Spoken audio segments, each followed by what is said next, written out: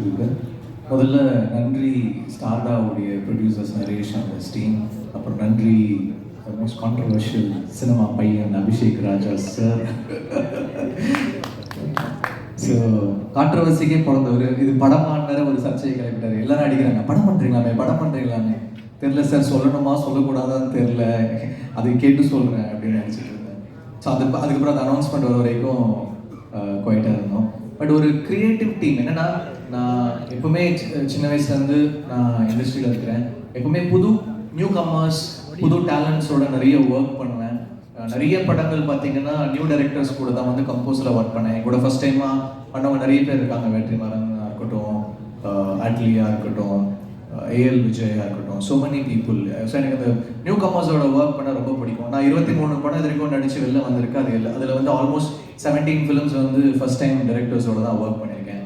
நிறைய new faces, new heroines, new singers, new actors எல்லாருக்கூடையும் work பண்ணுறேன். அதனால் நம்ம என்டாஸ் பண்ணும்போது என்ன என்டாஸ் பண்ணலாம்? கூல் ட்ரிங்க்ஸ் பண்ண மாட்டேன், நிறைய வாட்டி கேட்டிருக்காங்க, பண்ணல. அதுக்கப்புறம் வந்து கேம்பிளிங் பண்ண மாட்டேன், கோடிக்கணக்கில் ஆஃபர் பண்ணாங்க, பண்ண மாட்டேன்னு சொன்னேன். ஒன்று நம்ம ஸ்போர்ட்ஸில் ஏதாவது பண்ணலாம். இப்போ ஒரு பேட்மிண்டன் டோர்னமெண்ட்க்கு வந்து பிராண்ட் ஃபேஸாக பண்ணியிருந்தேன். அப்புறம் இப்போ இந்த ஆப் வந்து ஐ தாட் நிறைய பேருக்கு சினிமாவுக்கு வந்து வாய்ப்பு தேடுறவங்களுக்கு வந்து எப்படி பண்ணணும்னு தெரியாது. மேனேஜர்ஸை கான்டாக்ட் பண்ணணுமா, டைரக்டர்ஸை பார்க்கணுமா, ஏடிஸை பார்க்கணுமா, எந்த ஆஃபீஸ் போகணும், அது இன்றைக்குமே வந்து ஒரு கொஷின் மார்க்காக இருக்குது. லிரிக் ரைட்டர்ஸாக இருக்கட்டும், சிங்கர்ஸாக இருக்கட்டும், கேட்பாங்க எங்கே வந்து பார்க்கணும் சார், நான் யாரை பார்க்கணும் அப்படின்றது ஒரு பெரிய கொஸ்டினாக இருந்துச்சு. அப்போது அந்த மாதிரி ஒரு ஆன்சராக நமக்கு வந்து இந்த ஆப் அமையது வந்து ஒரு ப்ளஸ்ஸாக நான் நினைக்கிறேன். ஏன்னா இங்கேயே பார்த்து நம்மளுடைய வீடியோஸ் எடுத்து க்யூரேட் பண்ணி பொசிஷன் பண்ணுறாங்க. ஸோ இந்த பேங்க்ஸ்லேருந்து தேடுறதுக்கு வந்து நிறைய கம்பெனிஸ், ப்ரொடியூசர்ஸ், டைரக்டர்ஸ் எல்லாருக்குமே ஒரு பெரிய ஒரு வாய்ப்புக்கு வந்து ஒரு பெரிய பிளாட்ஃபார்மாக இருக்கும்னு நான் நினச்சேன். அண்ட் தென் ஐ தாட் நம்ம இதில் ஒரு பகுதியாக இருக்கணும். ஏன்னா இது வந்து நிறைய பேருக்கு ஒரு பிரேக் கொடுக்கக்கூடிய ஒரு பிளாட்ஃபார்மாக இருக்குது. நம்ம கண்டிப்பாக இதில் ஒரு பகுதியாக இருக்கணும் அப்படின்னு எனக்கு தோணுச்சு. அப்படியே அக்செப்ட் பண்ணது தான் start. So thank you all of you for having me as an ambassador for this. I'm really happy. இதுலேருந்து நிறைய பேருக்கு வாய்ப்பு கிடைக்கணும்னு நான் வேண்டிக்கிறேன். மேபி நானும் வந்து என்னுடைய படங்களுக்கு வந்து இது மூலமாக நான் வந்து பார்த்து நான் செலக்ட் பண்ண ட்ரை பண்ணுறேன். டெஃபினட்டாக வந்து வாய்ப்பு கொடுக்க ட்ரை பண்ணுறேன். ஸோ இந்த வாய்ப்பு எனக்கு அமைந்ததுக்கு ரொம்ப சந்தோஷம். இது எல்லாருக்குமே ஒரு நல்ல தொடக்கமாக இந்த ஆப் அமைச்சு கொடுக்கும்னு நான் நம்புகிறேன், வேண்டிக்கிறேன். So thank you for the support. சினிமாங்கிறது பல பேரோட கனவாக இருக்கும்.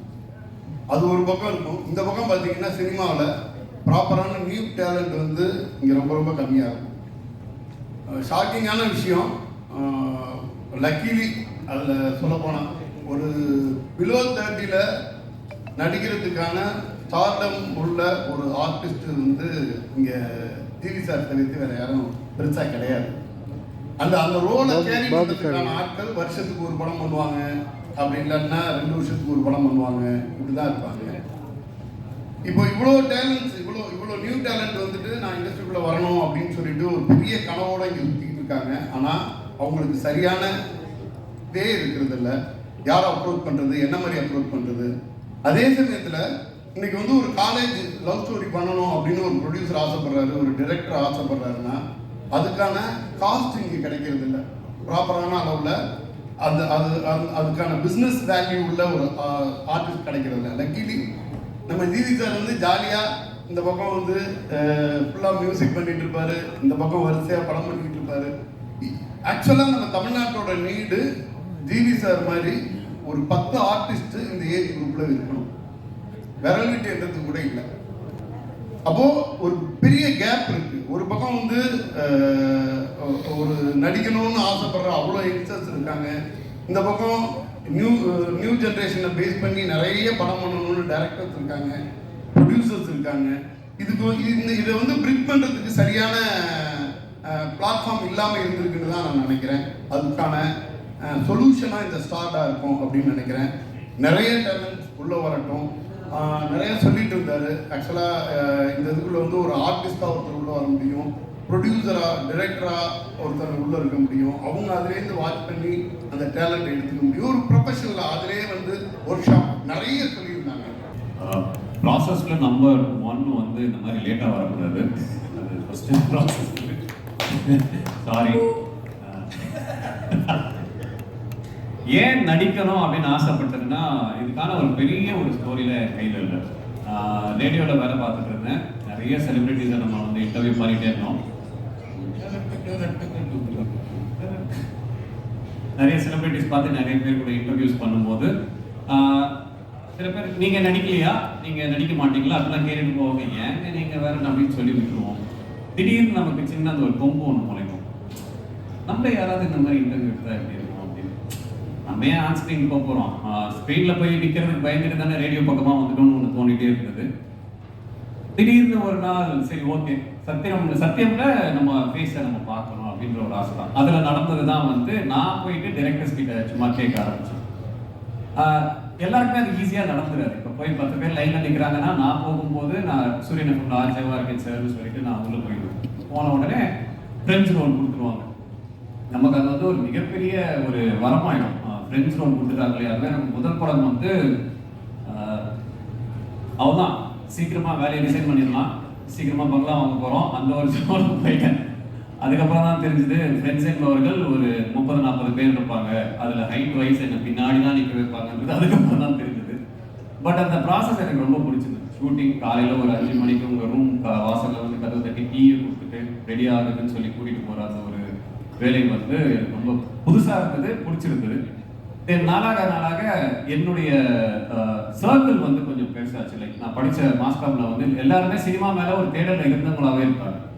ஸோ அவங்க போகும்போது கூட என்னையும் கூட்டிகிட்டு போவாங்களா, இந்த மாதிரி ஆஃபீஸ் போவோம், ஃபோட்டோஸ் கொடுப்போம், ஆடிஷன்ஸ் அட்டன் பண்ணு அப்படின்னு சொல்லி போகும்போது ஃபஸ்ட்டு எனக்கு நடந்த ஒரு ஆடிஷன் வந்து ஒரு பெரிய அவமானம் தான். அந்த அவமான ஸ்டோரிலாம் சொல்லி இறக்கம் தான் ஆகுது, நல்லாவே ஜாலியாக தான் இருக்கு. இல்லை மங்காத்தா பெட்டர் மங்காத்தாக்கு வந்து எந்த இது கேட்குறது, அந்த இது ஒரு பாம்பு பிளாஸ்ட் சீன் ஓடி வர்றது கீழே அந்த சினிமாவில் அப்படி ஒரு கதை நீங்கள் யாருமே கேட்டிருக்க மாட்டீங்க.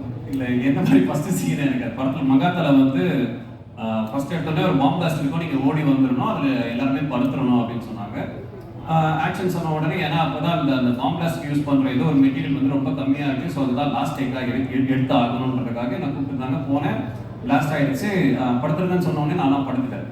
அதுக்கப்புறம் கட்டு சொல்கிறதுக்கு என்ன கூப்பிட்டு கேட்டாங்க, ஏன் தம்பி நீங்கள் படுத்துட்டீங்க அப்படின்னாங்க. ஆமாம் சார் சொன்னாங்க, நான் படுத்து அவங்க தான் நீங்கள் செத்துட்டீங்க, இந்த சீனில் நீங்கள் கிடையாது, முடிஞ்சிச்சு போங்க அப்படின்னு சொல்லி வந்தாங்க. ஸோ அதுக்கப்புறம் இல்லை அது பெருசாக தெரியாது இதுன்னு சொல்லிட்டு அதுக்கப்புறம் தான் எனக்கு மங்காத்தா படத்தோட ஷூட்டிங்கே ஆரம்பிச்சது. முதல்ல டைலாக் பேசின படம் வந்து மெரினா, பாண்டியன் சார் கொடுத்த ஒரு டைலாக். கொரியர் பாயா ஒரு 3 ஷாட் வரும். எனக்கு ஷார்ட்னா என்ன, சீன்னா என்ன அப்படிலாம் தெரியாது. படத்தில் வரும்ல போதும்னு சொல்லிட்டு ஃபஸ்ட்டு பேசின டைலாக் அந்த படத்தில் தான். அதில் இருந்து என்னுடைய நண்பர்கள் வந்து ஷார்ட் ஃபிலிம் மேக்கர்ஸாக ஆனாங்க. ஐயா ஒரு படம், ஆனால் ஐயா அப்போலாம் பேச மாட்டார். எல்லாருக்கும் வணக்கம், நான் தான் மனஸ்வி. ஃப்ளாஷ் சித்தர் டிவிக்கு லைக் பண்ணுங்கள், ஷேர் பண்ணுங்கள், சப்ஸ்கிரைப் பண்ணுங்கள், கமெண்ட் பண்ணுங்கள், மறக்காமல் அந்த பெல் ஐக்கானையும் கிளிக் பண்ணிடுங்க. அப்போ தான் உங்களுக்கு நோட்டிஃபிகேஷன்ஸ்லாம் வரும். Thank you all, bye bye.